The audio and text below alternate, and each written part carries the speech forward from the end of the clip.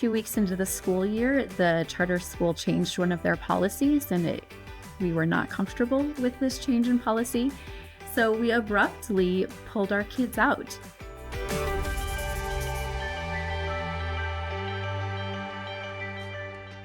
Welcome. It's the Colorado Homeschool Podcast, interviewing experts, parents, graduates, all here to help you navigate this incredible journey called homeschooling.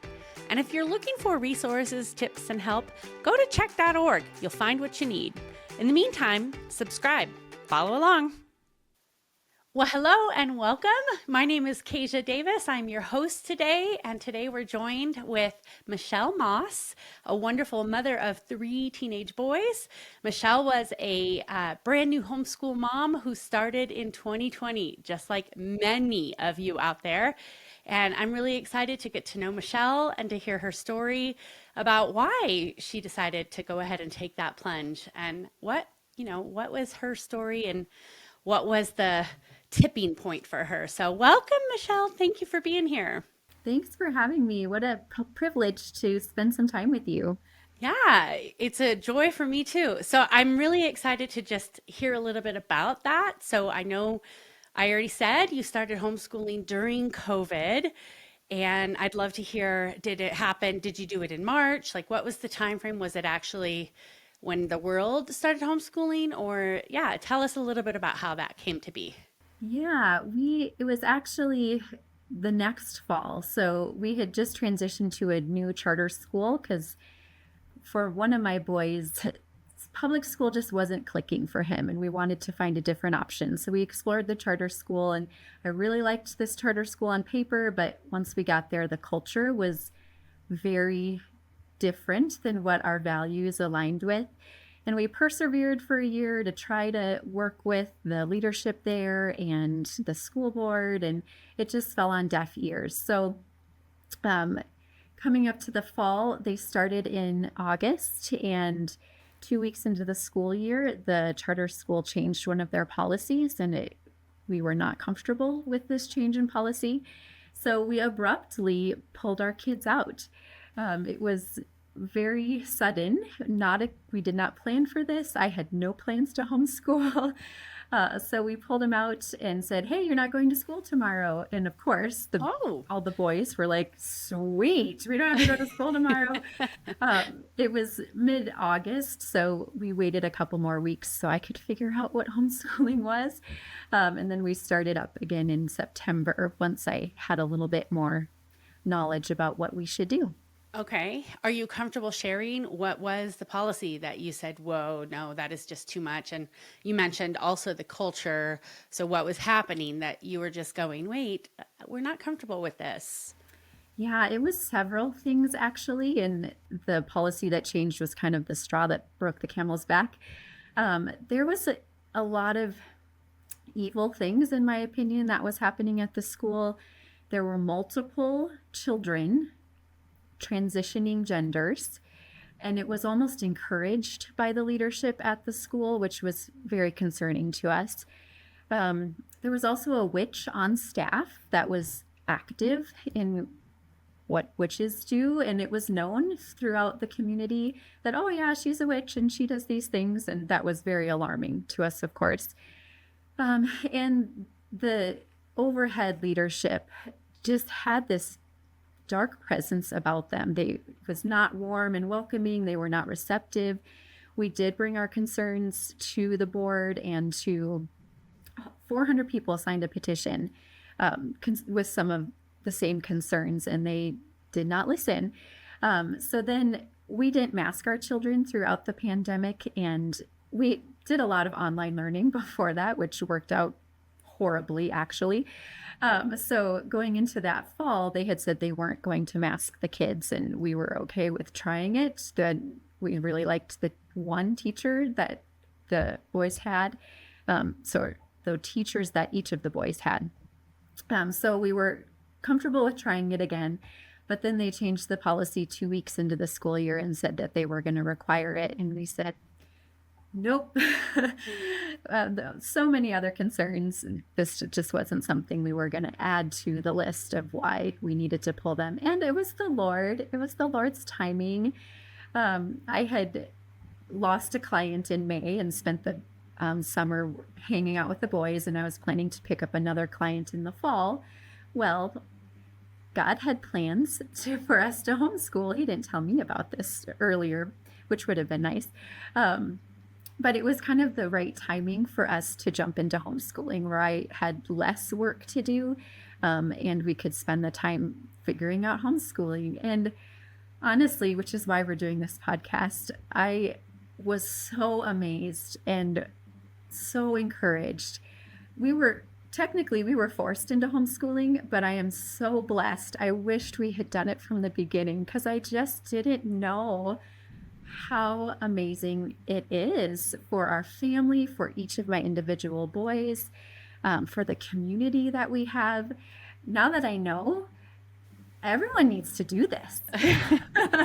I know. It's funny because we were talking a little bit beforehand, and I said exactly that. It's like crazy when you look back and realize how influenced you were, how your worldview and your perspective was really shaped by the culture. So yeah, it sounds like you were already an involved parents. You were looking at different schools. You were signing petitions. You were involved in the school board meetings. And I love to hear that. We obviously want to totally exhort and encourage every parent to be involved in their child's education. So I love that that's where it led for you, that straw of no, we're not going to do this again. And that's common. I hear that quite a bit. So thank you. I forgot to mention in your bio that you work in marketing for the dental industry, and you still work. So, but I do want to talk about that, because that is something that we see very often is people have to work. We live in Colorado, which is one of the most expensive states. And the cost of living is high. And yeah, the sacrifices that you have to make and the flexibility of your schedule, I definitely want to circle on that. But before we do, I just want to talk about why you said you never considered yourself a teacher. I would love to hear, like, what were some of those things that you were like, well, that's not me. Yeah, I actually have an elementary education degree, so you'd think this would fit. Right. But no, homeschooling is very different from elementary education, public school. And my degree has actually been a detriment, in my opinion, to what our homeschool looks like now. I hear that a lot. School in a box, like this is what you're supposed to do, and you're supposed to do these certain things by this certain date and cover these topics so you can pass this certain test. And I enjoyed school. I'm a type A person, so I liked all those things. And then when I had a son who was not type A person, I realized that the system is just not set up well for him to thrive. And my other two boys too. Now that we're out of it, they are thriving, and I didn't see or even know that they weren't before. One of them wasn't, but the other two were fine. But now that we're on the flip side, it's such a big difference. Mm-hmm. What would you say is the biggest? Like, because I hear what you said, I hear it all the time. I was a teacher, and those are the ones that I find in my conversations found homeschooling initially pretty hard. Yeah, I mentioned earlier, the shift into homeschooling was great for my boys, because they're like, sweet, we don't have to go to school. But for me, it was quite traumatic, because it was a complete change in my perspective on what learning and education is, because I had it in this little box. And I had known people that homeschooled, and they were like loving it, but I just didn't know why. And I didn't see it as a need for us. And I never pictured myself teaching homeschool. I don't know if I had, well, now on the flip side, do I have the patience to deal with my children all day long? And having 3 different kids in 3 different grades and different learning styles and interests, it was just this big, overwhelming thing that I had never really pursued, because I didn't think we needed to do that. And I really liked my job in corporate America. I never taught. I jumped into corporate America and really liked that aspect of our family. And just the lifestyle that it afforded. We did, when we switched to homeschooling, we did have to change some things. And I do still work part-time, which works for our family. So yeah, let's go there then. Let's talk about that, because you have to work and you're brand new to homeschooling. I mean, the kids are at this point. So you have teenagers, right? 15, 13, and 11. Is that correct? So at the time they were what, 11? This is our 4 years ago. year. Yeah. Yeah. So you were starting what, second grade through fifth grade? Is that what it was? I think my oldest was 7th. Okay. And third and fourth. Okay. I'd have to So, look back. but that you're jumping right in. It's not like, Yeah. let's learn to read, let's read books, let's play with Right. Play-Doh. So how is that transition from, having the kids gone and you working to them being home and you creating a schedule and then also being able to balance, you still have to work? Yeah. I freaked out. It was a really big change for me, especially because we didn't have it all planned and I had no idea what to do. But fortunate, God is just so sovereign. I have 2 really good friends, that one who's homeschooled since the beginning and one who had started homeschooling just the year prior. And they literally held my hand. They said, get this curriculum. This is the schedule we do. This is how you can tailor it to each kid. They were just lovely, so gracious.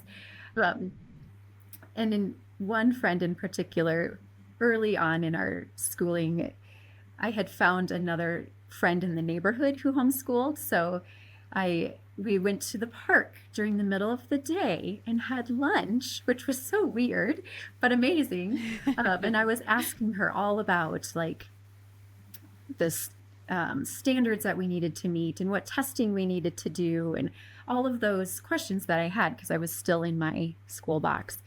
And she was so gracious. She just said, we don't do that. And that blew my mind in a good way. I was like, wait, what? And that's really when the transition from going to school to really having an education and learning flipped for me, and it gave me a different perspective. And I can teach my kids what I value and what we want to communicate to them, how we want them to become men of God. And now our homeschool looks very different, and it's very focused on all of those things. Sorry, I tangented your question. No, I love it. I absolutely love the tangents. Like I said, we want to get to know you. No, that's fantastic. And you keep referencing this box. And when I am talking to people who are thinking about homeschooling, I always tell them, look, homeschooling is not doing school at home, but it's so hard to get across. They don't understand that. Obviously, you still want to teach your child. You still want to make sure that they're growing academically, that you are preparing them for adulthood. So there is a plan. So how did you said it changed, and I loved hearing that you've integrated faith, and that's exactly it. Michelle, you're not alone. I feel like most people will start homeschooling for one reason, but continue for a completely different reason. And that's what I'm hearing you say, is that you were like, oh, this is much more than not having my kids wear a mask all day. There is a better reason to homeschool, right? So tell me about how you landed on how did you get your groove? How did you find that purpose, and how do you integrate those priorities? Yeah, it took a minute. Like I mentioned, our first couple weeks of school were public school at home. It had the structure and kind of the curriculum that we were looking for. And once I learned that you don't have to do it that way, it was such a relief off my back. And it actually ended up being so much more rich than what they were getting before. So yeah, we open our day in prayer. We use the Bible as our textbook, as our history book. We talk about heroes of the faith throughout history. Math is kind of tricky to integrate into every one of our subjects talks about how God created the world and how this is part of who we are as a family and who you are becoming as a man of God and character. So it shifted from needing to know these certain facts by this date so you can pass the test to who we want you to be, who God wants you to be, who you're gifted in. And then it turned into awe and wonder for his creation. And wow, what is this bug doing today? And, which was really hard for me as a type A personality. Like I wanted to check off the box and do the curriculum.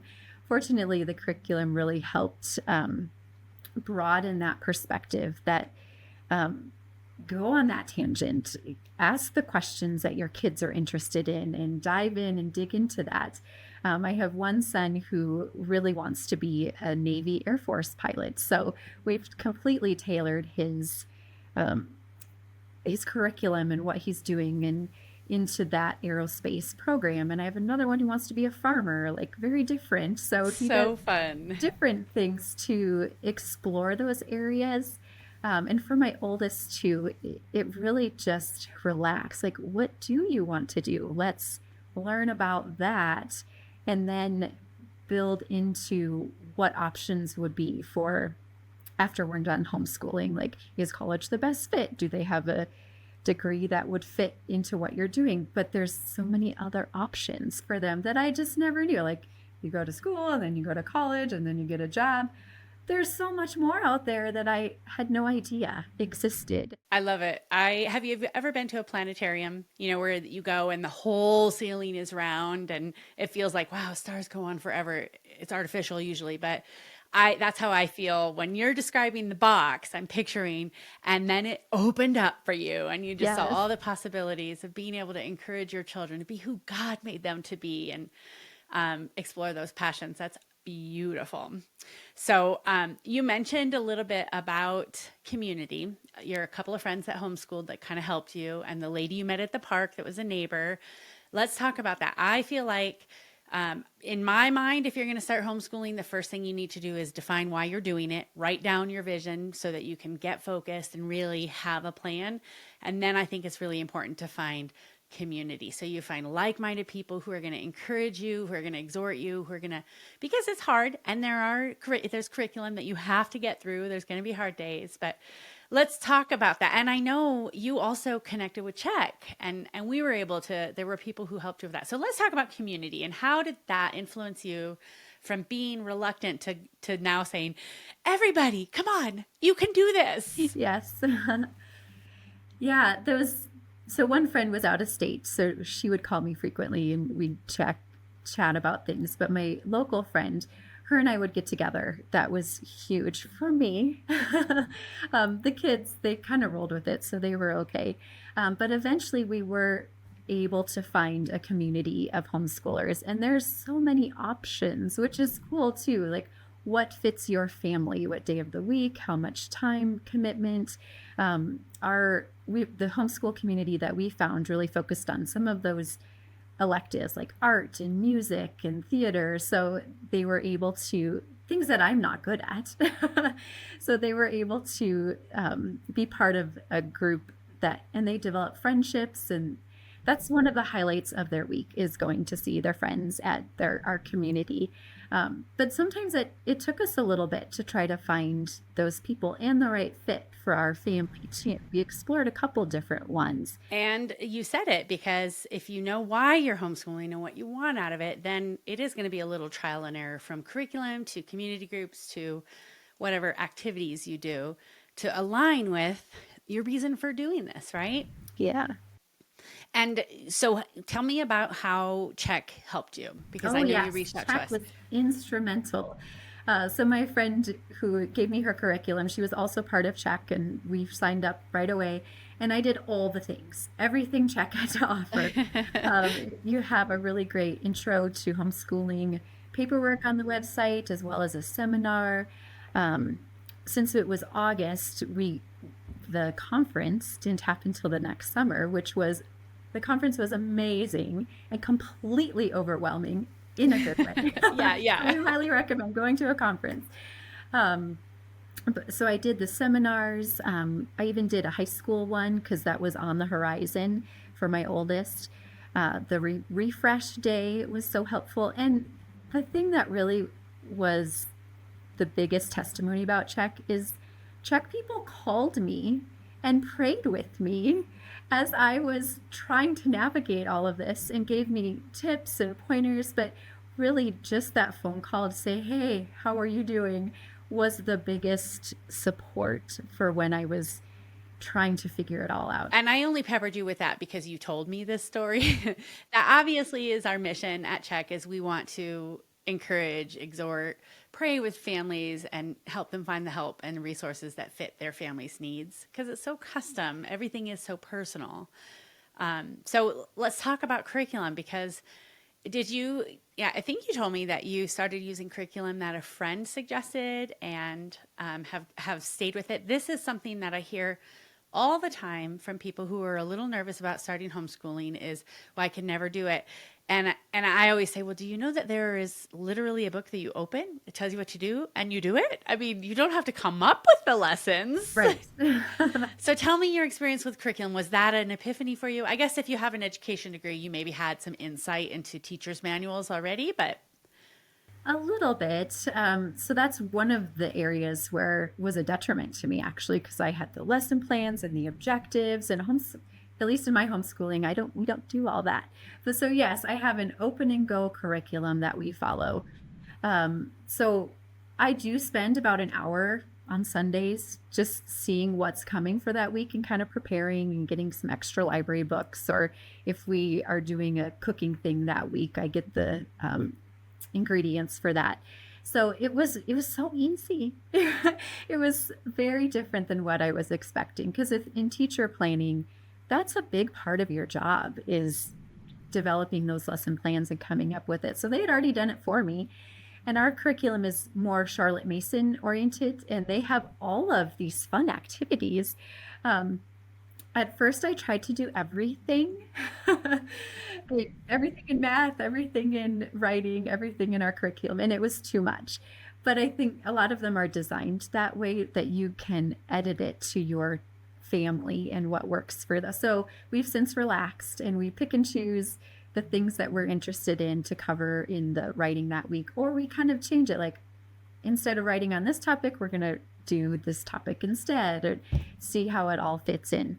So I really like the curriculum that my friend gave us, and we have continued with that. So going to the conference was completely overwhelming to see all of the other because there's amazing so many curriculum. Yes. They're all really good. And I really do like to analyze and pick apart and see each one. And we just landed back where we were because it was a really strong curriculum. But it's tricky to navigate that curriculum. So I think, like you said, having your values for your family and what you want to teach, having that zeroed in, that will help guide as you choose which curriculum. And you just got to pick one and try it. And if it doesn't work, you can even quit mid-year and try something else. Like, homeschooling is very flexible that way.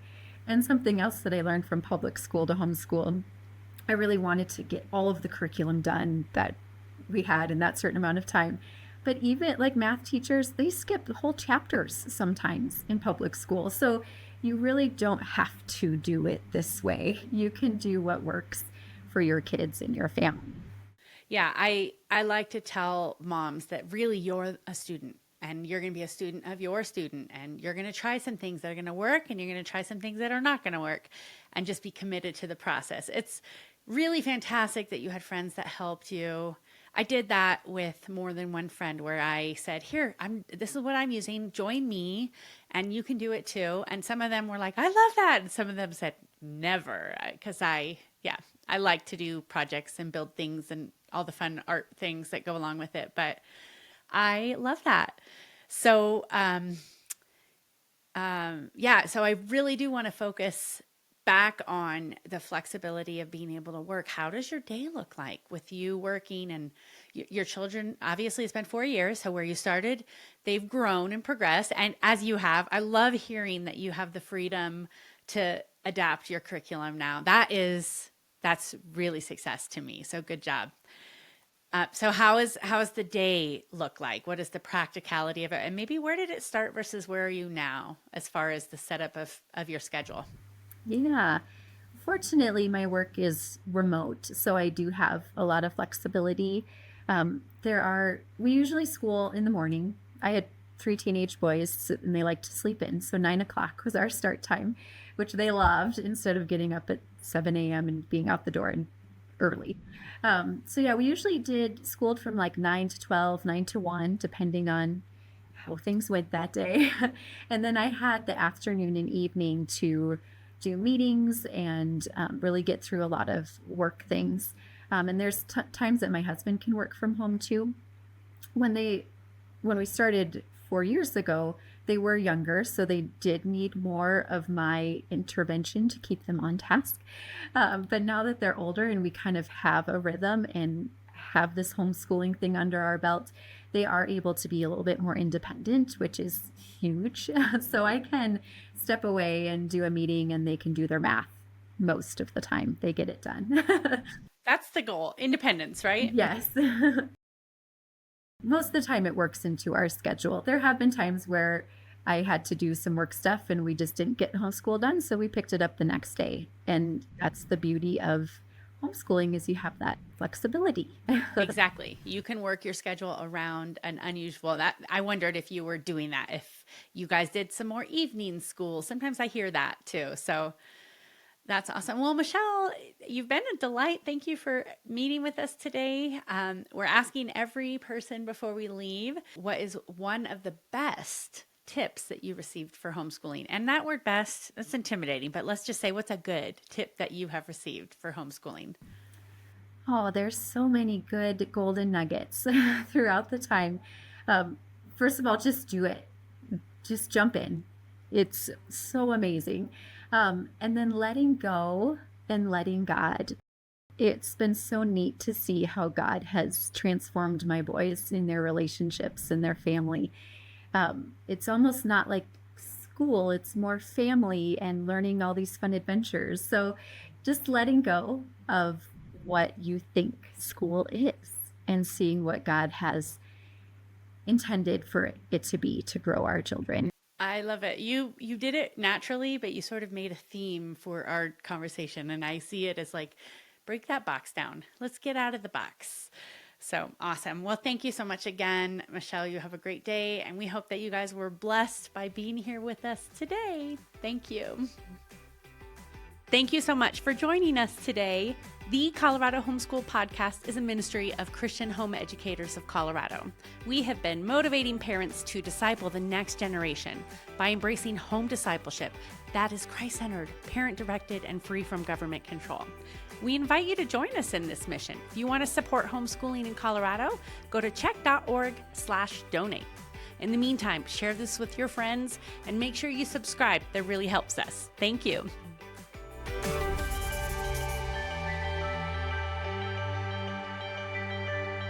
Brought to you by thepodcastupload.com, empowering faith-driven voices.